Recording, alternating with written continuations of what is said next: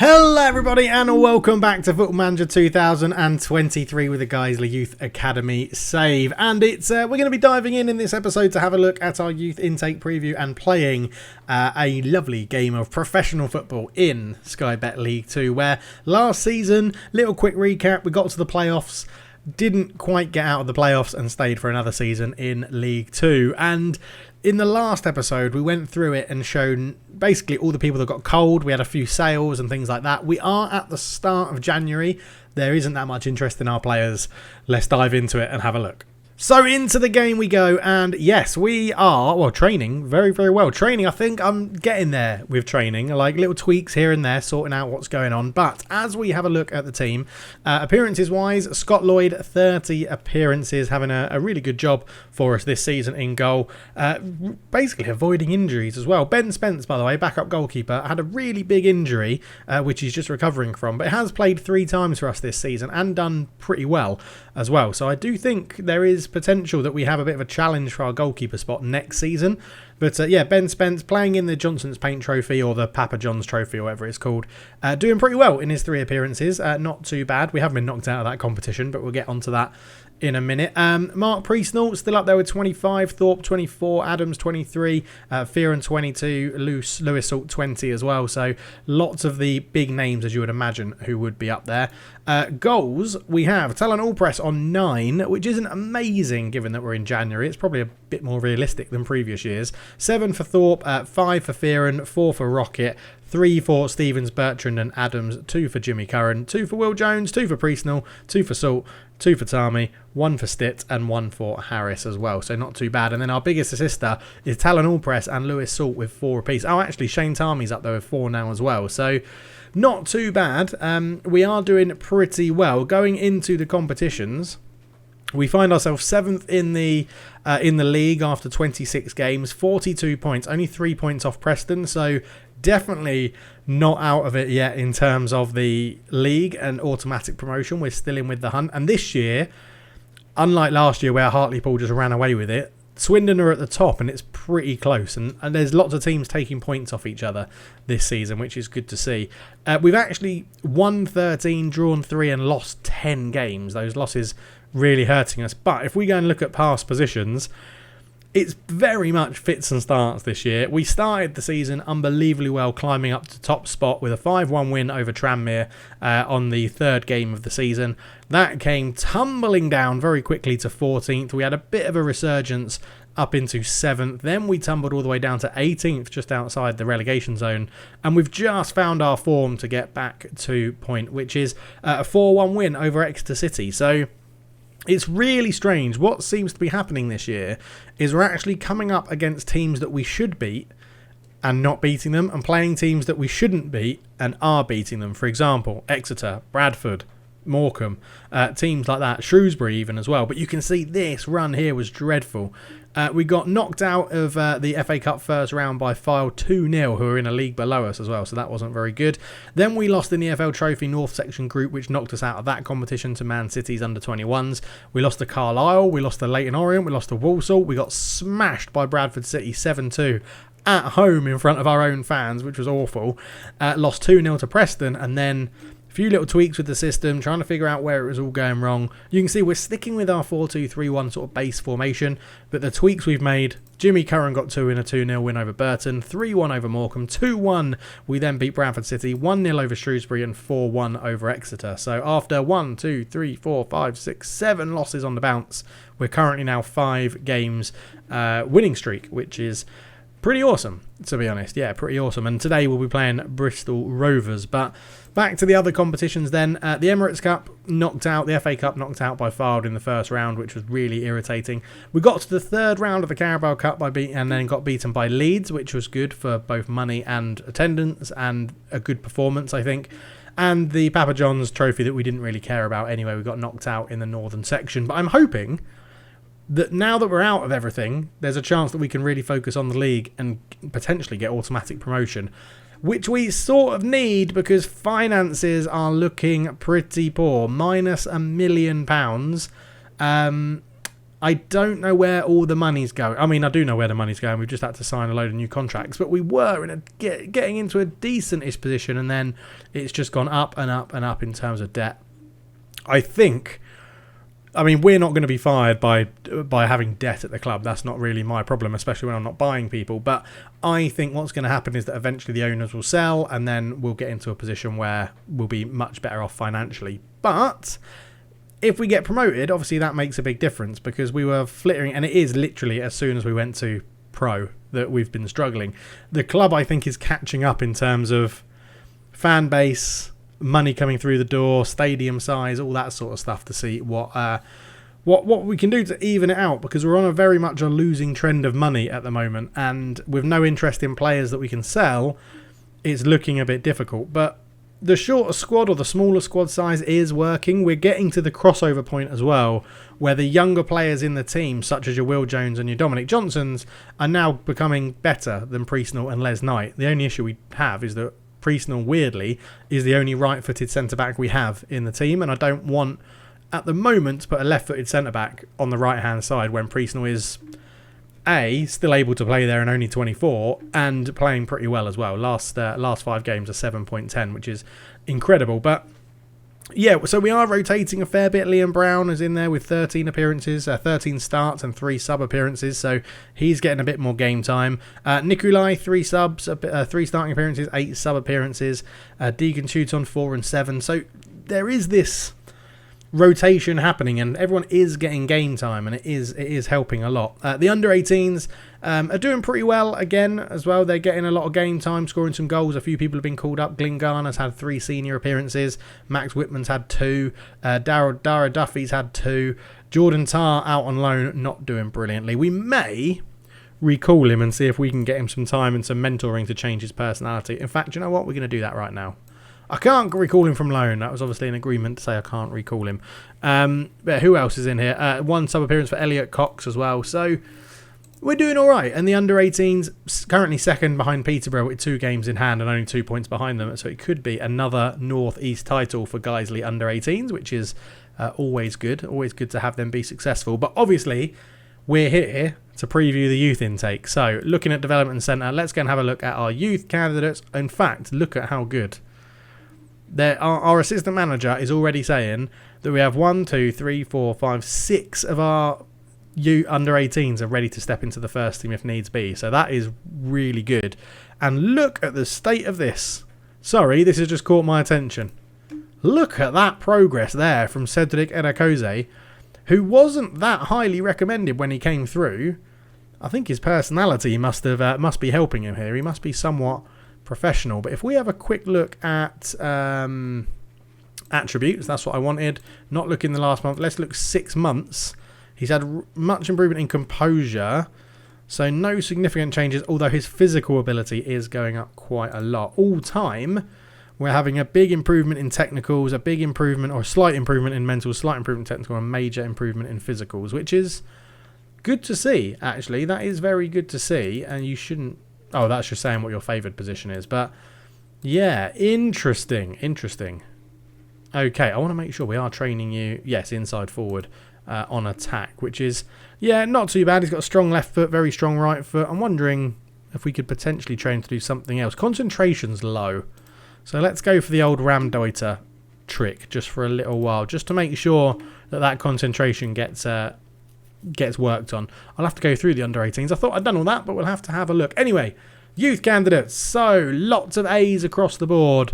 It does look good. I just want to make sure that we can get all this in. There we go. So, 2 fullbacks, plenty of promise, which is good. One centre-back looks promising, which is good. Hopefully right-sided.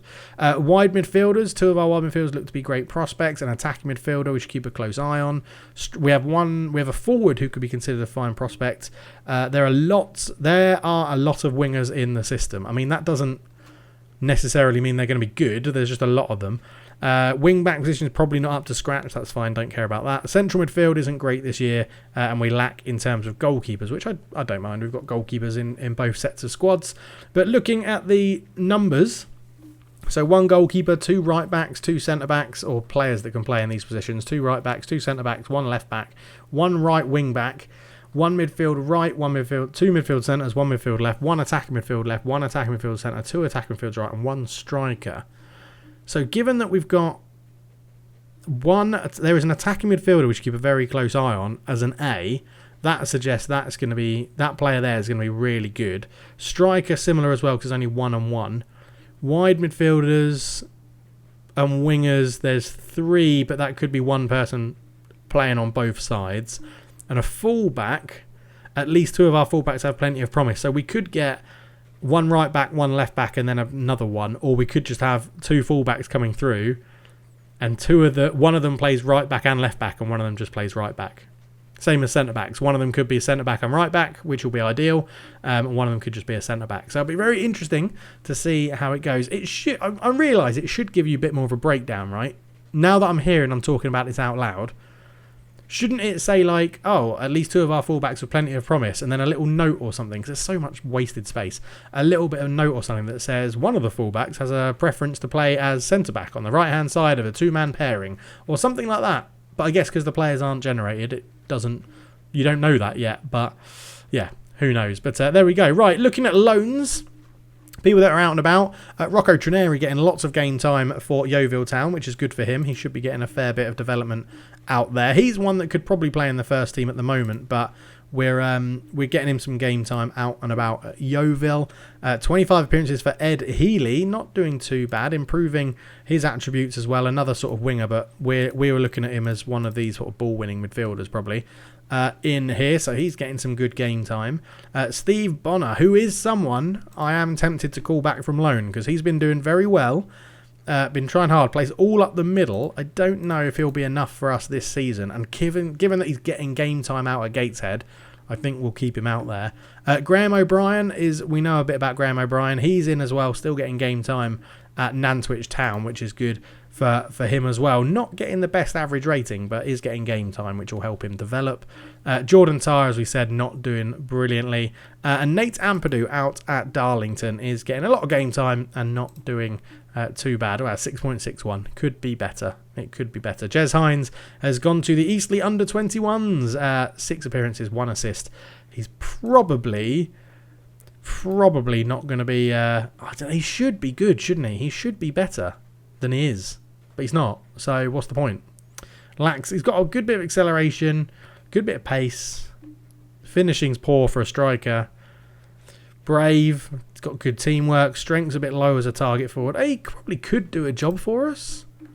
Have we ever really given him a chance? I mean, 2 appearances, 1 appearance, 6 appearances.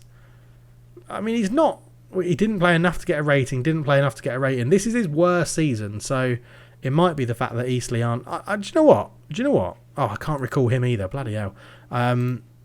Yeah, that's annoying. I've got to remember that. Got to remember that for next time. But yeah, I sort of feel like he could be a bit better than Savas Nikolai, but Nikolai's doing a decent job for us up front when he comes on. So, yeah. Right, anyway, let's go and play Bristol Rovers, who I think are bottom. So expect us to lose this one. Expect it to be pretty... No, they're near the bottom, 22nd. They are 3 points away from bottom of the league. So let's see how this one plans out, and hopefully we come back for a win. We'll see you at kickoff.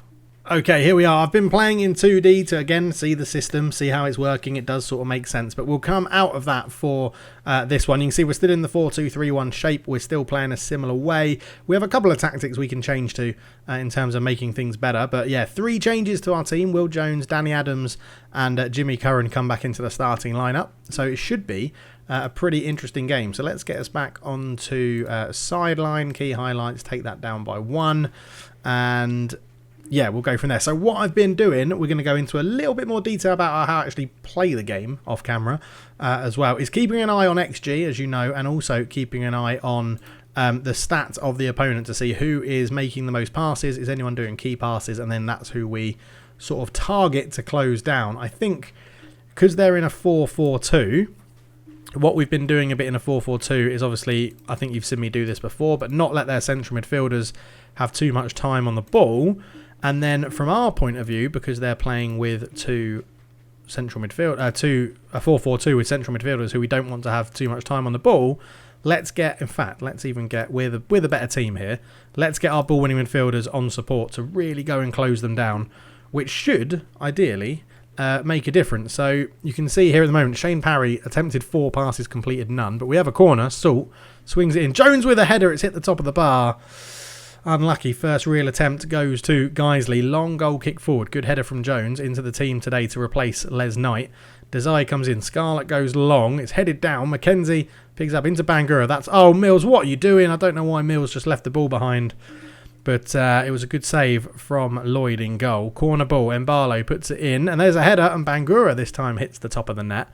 So we can just focus on this. Lloyd forward. Headed back towards Mills, who is someone I'm pretty keen to look at replacing. I mean, he's not done too bad this year. I'm surprised he's not had a bit more interest in him. So Harris is tackled, but we'll get onto the loose ball. Harris looks to cross it. All press. Oh, he shot straight at Savin. It's a decent save. Right, so we can have a quick break. Nearly just 10 minutes gone. They've got Mbalo getting on the ball a little bit. Albiol doing a key pass, and Bangura. That was Bangura one we just saw. Okay, Mbalo we'll keep an eye on. I don't think we're going to do too much about it just yet, but we'll keep an eye on that. Mills looks for Thorpe, headed away. Here is Mbalo into Mackenzie. Parry sticks his foot on the ball, goes long, easy for Priestnall to win that one. Ferron flicks it onto nobody. Wills ball over the top, and Bangura could be in. Bangura, great block from Joe Moore, the young right back, in for the injured Harry Jordan. Harry Jordan picked up a big injury. That's a corner flicked away into Wills. I think I need to sort my defensive corners out. For some reason, we don't have anyone loitering on the edge of the box to deal with issues that are arising. But we've had more shots. So Mbalo's now had 2 key passes. So I'm just thinking, what can we do with him? He's not... Yeah, so Wills is dropping off. Let's try... He is their highest assist maker. So let's pressure him. We'll go and press him. We'll, for now, show him onto his left foot, but we may... let's go and check that, actually. He's reasonable left foot, very strong right, which means he's probably going to want to go onto his right foot more often than not. So hopefully now we see him get involved in the game a little bit less, and we sort of take that sting away from Bristol Rovers. But 0-0. 0-0 at the moment. 28 minutes gone. Adams back to Jones. Up towards All Press. Brings it down. Scarlett flicks it away. Salt's there, all press again, but Mackenzie robs in. And Barlow up to Albiol. Albiol takes his time, loads in towards Bangura. Priestnall, great touch and interception to get that one back for us. Lloyd picks out Salt up to Fearon, who can't quite get into this game. Mackenzie looks down the line, but that is poor. And why did the team do that? Why has he kept that in? It's going out for a goal kick. I hate that about Football Manager. There's so many stupid things in the match engine like that. Use your common sense. It's a pass from them. It's going out for a goal kick. That shouldn't really be a goal. But there you go. Nevertheless, it is. Right, Fearon, Shadow Striker. Let's get a few more people up the pitch then and see what we can do. Priestnall wins the header. Here is Fearon into Thorpe. Thorpe looking for Harris. Moore's robbed by Paintsill. Long ball forward. And Albiol is looking to pick this one up. Picks out Bangura. Good header from Priestnall. Fearon flicks it on. Desai. Here is Paintsill. Paintsill still going. Easy save for Lloyd. Half an hour gone in this one. And it's still 1-0 Bristol Rovers from that stupid decision from Joe Moore to keep the ball in play. Jones heads that away. Mackenzie with a shot over the bar. That really isn't troubling us at all. Right. There's not really too much we can do. Albiol's having a good game. And Barlow hasn't done any more key passes since we've started pressing him down. But Paintsill has on that side. So we could just press their whole midfield and their back line. But it was pretty even till they scored. And it's come from our sort of error, which is very irritating. Dave Mills has a little knock. So let's get into the dressing room. Point our finger and say, I want to see a much better performance. And then, yeah, hampered by injury. Tell us something we don't know, eh? Dominic Johnson can come on the left-hand side. We'll do Thorpe for Curran on that side as well. And get into the second half. Right, into the second half then. We've just dropped our central midfielders back to what they normally do as a ball-winning midfielder and a deep-line playmaker as we win the ball. Here is Jimmy Curran on at the half-time. Adams up to Johnson. Johnson, a big tall left-back now. Curran is there. Cuts it back. All press. What a block. It's over the bar.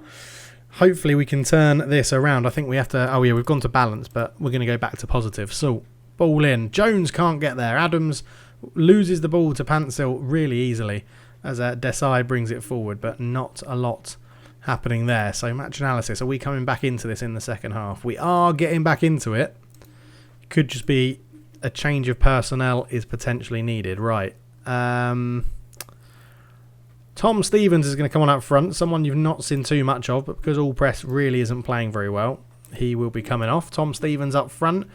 We've got Lewis Salt here on a yellow as well. So Bertrand's going to come on for him. And we're going to go a register. Ooh, no, deep line playmaker on support for you. Adams can become a deep line playmaker and defend. I don't really want to have to.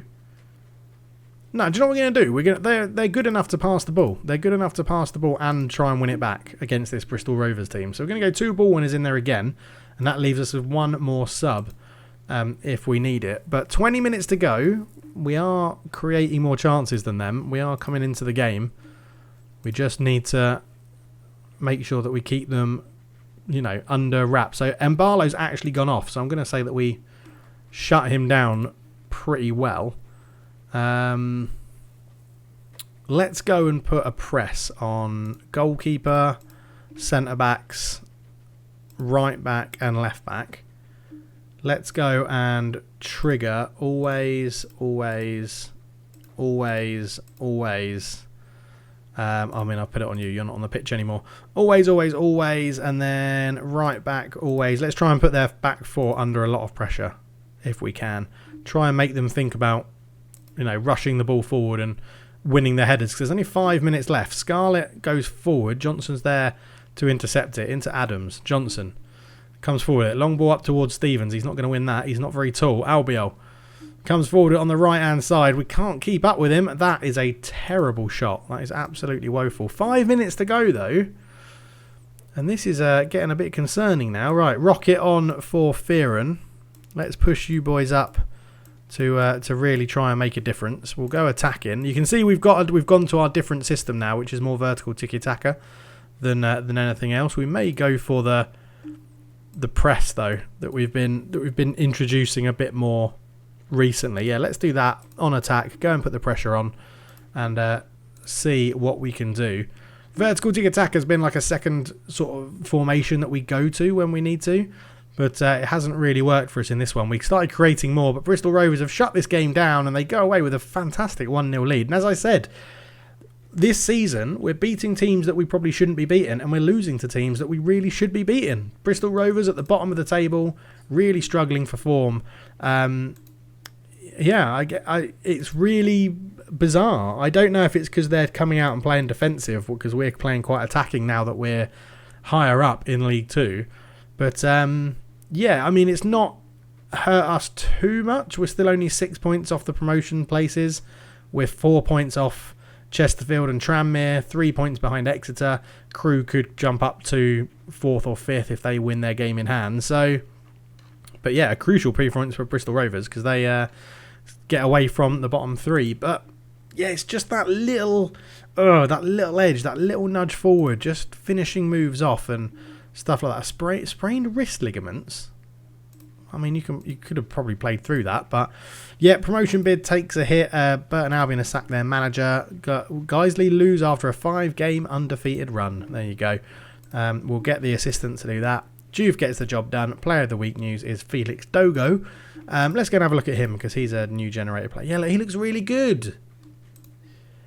He looks like he's come from Fulham. He's come for a Premier League academy. That's why he looks better. So, but yeah, it's upsetting, isn't it? Again, the curse is back. Losing on camera, the curse is back. But we will be back sometime in like March, isn't it? I think we're getting our youth intakes through now. Yes, March. So we'll be back sometime in March to see who we get through our youth intake and where we sit in the table. Are we going to have a dramatic end to the season like we did last year? Hopefully, because it was bloody entertaining. Right, catch you in the next video. Thank you so much for watching. For now, I'm out. Cheers.